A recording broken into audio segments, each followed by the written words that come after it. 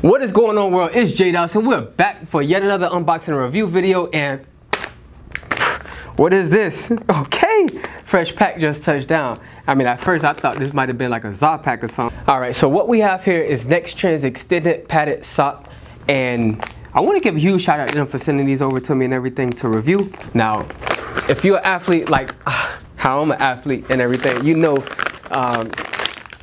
how important your socks are, right? So it's not just what's on your feet, but it's also what's inside the shoes. I'm gonna just go straight into the whiff test. Like, packaging smells good, smells fresh.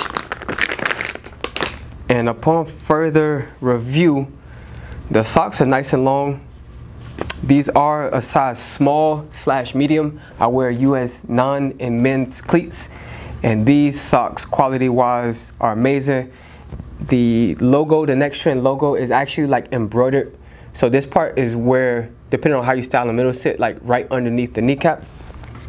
There's like a lot of like compression and double stitching and elastic everywhere throughout this sock, which is great because I know it'll not only provide additional traction inside your cleats, but it also, like with the double pattern in the toe box area, as well as the heel, as well as like additional pattern around the ankle.